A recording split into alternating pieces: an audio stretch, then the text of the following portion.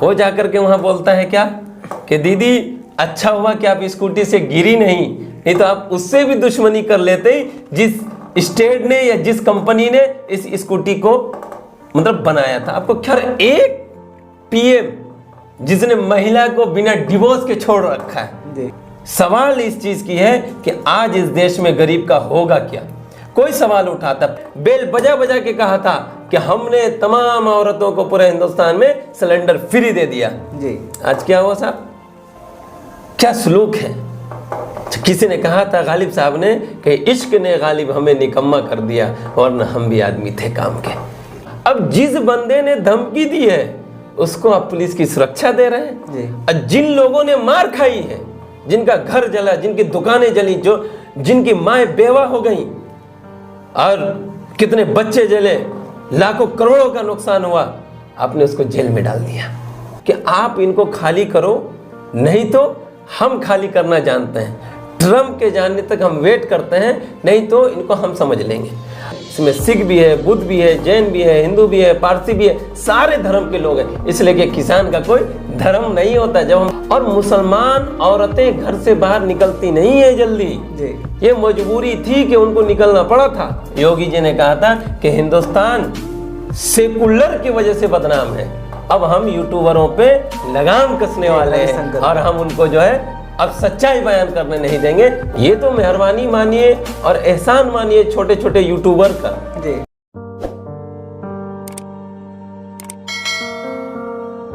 आज हम उस दौर में जी रहे हैं जब लोकतंत्र का चौथा स्तंभ मीडिया कहीं ना कहीं जो सरकार की गलतियां हैं उसे छुपाने में लगी हुई है। कहीं ना कहीं जो नेशनल मीडिया है वो सत्ता घराने की रखेल बनकर रह चुकी है। जिसने पत्रकारिता की पढ़ाई इसलिए की थी कि वो सरकार जो सत्ता में बैठे लोग हैं उनसे सवाल किया जा सके, लेकिन आज वही पत्रकार को कलम से ज़्यादा कमल से मोहब्बत हो गई है। मैं ये तमाम बातें इसलिए कह रहा हूँ कि हमारे देश में 100 से ज़्यादा दिनों से किसान आंदोलन चल रहा है, लेकिन आखिर नेशनल मीडिया क्यों नहीं किसानों के आंदोलन को दिखाती है। आज भारत में बेरोजगारी चरम सीमा पर है, क्यों नहीं नेशनल मीडिया सास बहू के किस्से को छोड़कर युवाओं की बेरोजगारी पर बात करती है। इन्हीं तमाम सवालों पर बात करने के लिए हमारे साथ आज एक मेहमान मौजूद हैं। हम आपको उस मेहमान से परिचित कराएं उससे पहले नमस्कार, मैं हसन और आप देखना शुरू कर चुके हैं यूथ वॉइस। आज हमारे साथ मौजूद हैं all India women care foundation के राष्ट्रीय अध्यक्ष फरहान अख्तर जी। तो आइए हम इनसे बात करेंगे। फरहान अख्तर जी एक युवा होने के साथ साथ कहीं ना कहीं सामाजिक कार्य में बढ़ चढ़ कर हिस्सा लेते हैं और इस सरकार के खिलाफ जो भी धरने, प्रदर्शन, आंदोलन होते हैं उनमें कहीं ना कहीं सक्रिय रूप से देखे जाते हैं। तो सबसे पहले आपका स्वागत है फरहान जी। Thank you.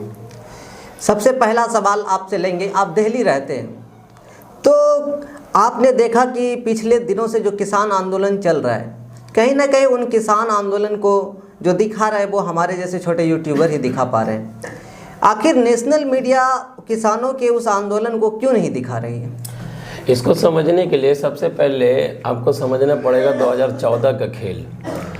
2014 में जब अन्ना हजारे आंदोलन हुआ था, उस टाइम पे हम लोग मतलब उतने होशियार नहीं थे, छोटे थे, ये मतलब क्या बोलते पॉलिटिक्स वगैरह इतना अच्छे से नहीं जानते थे। उस वक्त हमने देखा था कि 2G घोटाला, याद होगा आपको, 2G घोटाले को दिखाने के लिए सारी मीडिया, सारे चैनल इस तरीके से बिजी थे कि हिंदुस्तान में और दूसरा कोई समाचार ही नहीं, दूसरा कोई न्यूज़ ही नहीं है। ये हमें उस दिन ही समझ लेना था कि अब अगर बीजेपी सरकार में आती है, सत्ता में आती है और अगर इनके पीएम बनते हैं तो मीडिया जो हिंदुस्तान और संविधान में ये आस्था रखती थी और लोगों की एक सोच होती थी कि अगर कोई नहीं दिखा रहा है, सरकार नहीं सुन रही, तो मीडिया हमारी बातों को सुनेगा और गरीबों तक और लोग जो गांव में हैं उन तक मेरी आवाज़ को मतलब पहुंचाएगा।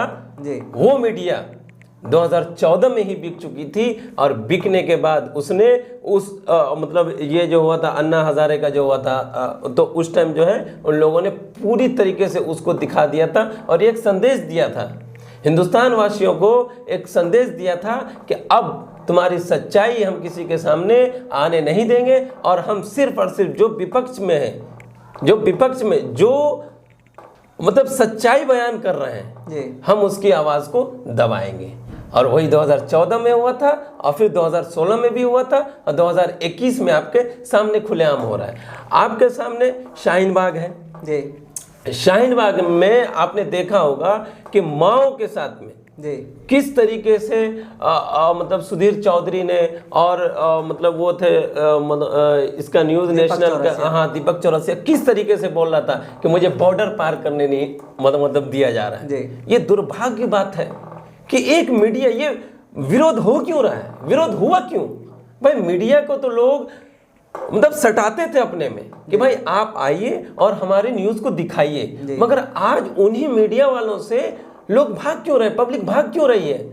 इसलिए कि इन लोगों ने अपने जात को, अपने धर्म को, हिंदुस्तान के संविधान को, हिंदुस्तान की बेरोजगारी को, हिंदुस्तान की तमाम तर समस्याओं को सरकार के पास भेज दिया है, और ये डील कर लिया है कि अब हमें सच्चाई दिखानी नहीं है।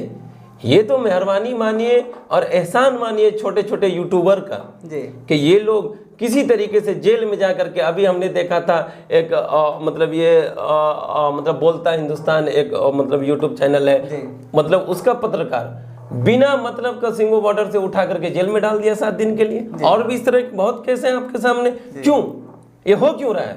ये सारा का सारा एक ही मकसद है कि हम आपको सच्चाई बोलने नहीं देंगे। हम जो आपको टीवी में वो मतलब ये दिखा रहे हैं, डीएनए टेस्ट करके दिखा रहे हैं, या इस तरह की जो भी मतलब ये दिखा रहे हैं, चीज़ें दिखा रहे हैं, यही आपको देखना है। अगर आप यूट्यूब में सच्चाई देखने की कोशिश करेंगे तो हम आपको देखने नहीं देंगे। और इसी को लेकर के यहाँ पार्लियामेंट में हमारे मतलब ये क्या नाम उनका मतलब कानून मंत्री ने बयान भी दिया था कि अब हम यूट्यूबरों पे लगाम कसने वाले हैं, और हम उनको जो है अब सच्चाई बयान करने नहीं देंगे। वो उस दिन पार्लियामेंट में ये संदेश दे चुके हैं, और ये होने वाला है। क्यों कि हिंदुस्तान में अब लोग संविधान को नहीं मानते हैं। योगी जी का अभी 3 दिन का बयान आप मतलब सुने होंगे। योगी जी ने कहा था कि हिंदुस्तान सेकुलर की वजह से बदनाम है और सेकुलरिज्म की वजह से बर्बाद हो रहा है। अगर हिंदुस्तान से सेकुलरिज्म को हटा दिया जाए तो हिंदुस्तान बहुत ऊंचाई पे जाएगा।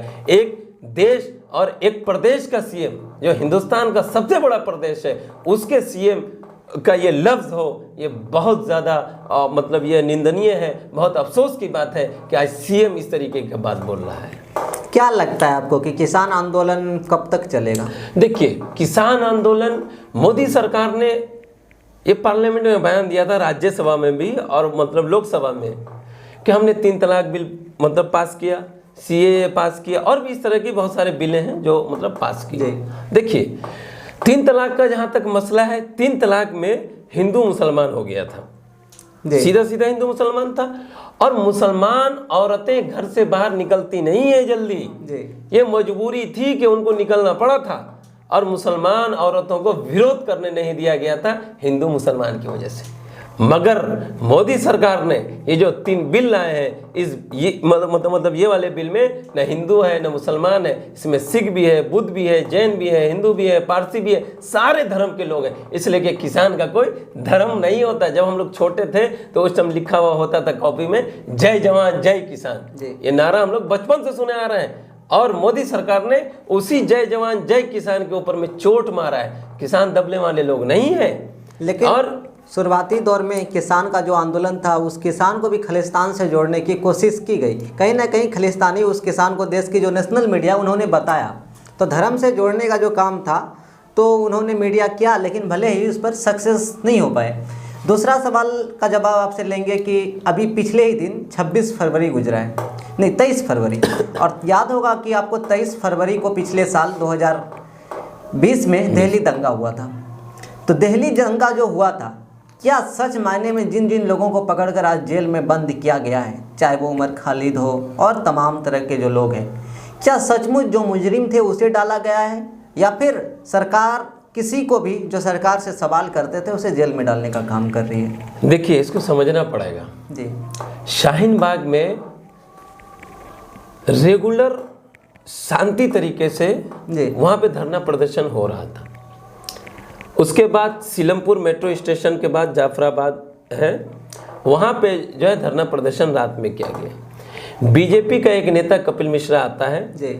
और वो आ करके एक पुलिस वाले के सामने, डीजीपी के सामने ये बोलता है कि आप इनको खाली करो, नहीं तो हम खाली करना जानते हैं, ट्रम्प के जानने तक हम वेट करते हैं, नहीं तो इनको हम समझ लेंगे। अब एक बात को समझिए कि एक बंदा आपको खुलेआम ये धमकी दे रहा है कि अगर इसको आप नहीं हटाते हैं तो हम आपको मार देंगे या हम यहाँ दंगा करवाएंगे जी।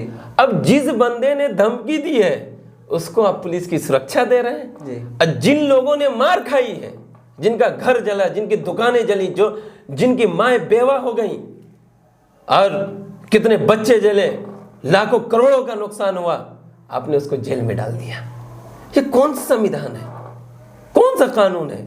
हॉस्पिटल में किनके बच्चे? मैं मौजूद था, मैं रात में गया था हॉस्पिटल में, हमारे भाई थे जी, हमारे दोस्त थे, हमारे यार थे हॉस्पिटल में, और जेल में भी हम ही गए। क्या सलूक है? किसी ने कहा था गालिब साहब ने कि इश्क ने गालिब हमें निकम्मा कर दिया, वरना हम भी आदमी थे काम के। ये हमने देश से इश्क किया है, इसकी सजा हम ये काट रहे हैं कि हम अगर सच भी बोले, हम हक और हुकूक के लिए लड़े, हम गरीबों के लिए लड़े, जो लोग पासमंदा हैं, जो लोग पीछे जा रहे हैं, हम उसके लिए लड़ रहे हैं, तो हमें जेल में डाला जा रहा है। अब आप किसी की भी बात करें, टूल किट का मसला आया आपके सामने है अभी। टूल किट होता क्या है? दिशा रवि ने क्या गलत कर दिया भाई, मैं ये जानना चाहता हूं। आप पेट्रोल पंप पे जाएंगे, मोदी जी का जो है बड़ा बड़ा पोस्टर आपको नजर आएगा, वो टूल किट नहीं है जी। वो भी तो टूल किट है। आपने देखा होगा हमेशा 2014 में कि उस टाइम बीजेपी के जितने नेता थे सब लोग टूल किट लेकर के खड़े होते थे कि ये सरकार निकम्मी है, और मतलब ये सरकार जो है और मतलब ये देश विरोधी है, फलना ढीमा का, इस तरह की बातें होती थी। उस टाइम तो कोई केस नहीं हुआ था। और हैरत की तो बात यह है कि मेन स्ट्रीम मीडिया जो है, सुधीर चौधरी साहब ये दिखा रहे हैं कि टूल किट मामले में इसको जेल भेजा जा रहा है। ये जो है पाकिस्तानी थे, ये मतलब खालिस्तानी थे, इनका यहाँ से मतलब ये था, कनेक्शन था। ये सब क्या हो रहा है? हमें किसी चीज से मतलब नहीं है। हमने मोदी को सपोर्ट किया या हम मोदी का विरोध करते हैं, हमें उससे मतलब नहीं है। मतलब ये है कि हमारा देश कहाँ जा रहा है, किस दिशा में जा रहा है, गरीब कहाँ जा रहे हैं। आपने लॉलीपॉप दिया था सिलेंडर का जी। आपने पार्लियामेंट में बेल बजा बजा के कहा था कि हमने तमाम औरतों को पूरे हिंदुस्तान में सिलेंडर फ्री दे दिया जी। आज क्या हुआ साहब? आज हुआ क्या? 200 रुपया जिन लोगों का इनकम है, मतलब ये मजदूर है, वो 1000 रुपए का सिलेंडर कहां से लाएगा? आपने उनको आग जलाने पे, आपने उनको कोयला मतलब ये करने पे, जलाने पे, लकड़ी जलाने से आपने उनको वंचित कर दिया, दूर कर दिया। आपने फ्री में सिलेंडर दिया और आप आज उनसे 1000 रुपया ले रहे हैं। ये देश विकास किस तरीके से कर लेगा? गरीब बेचारा खाएगा या सिलेंडर भराएगा? एक बात। दूसरी बात आप समझिए, बहुत महत्वपूर्ण बात है, इसको समझना चाहिए कि हमेशा गरीब, मैं भागलपुर से दिल्ली जाता हूं, हमेशा मैं देखता था कि गरीब ये बेचारे मतलब इस डब्बे में जाते थे, जनरल डब्बे में जी, ठीक है, भर भर के जाते थे, एक के ऊपर एक, एक के ऊपर एक, इस तरीके से जाते थे। आज आपने ट्रेनों की क्या हालत कर दी है? ट्रेन में गरीब जा सकता है?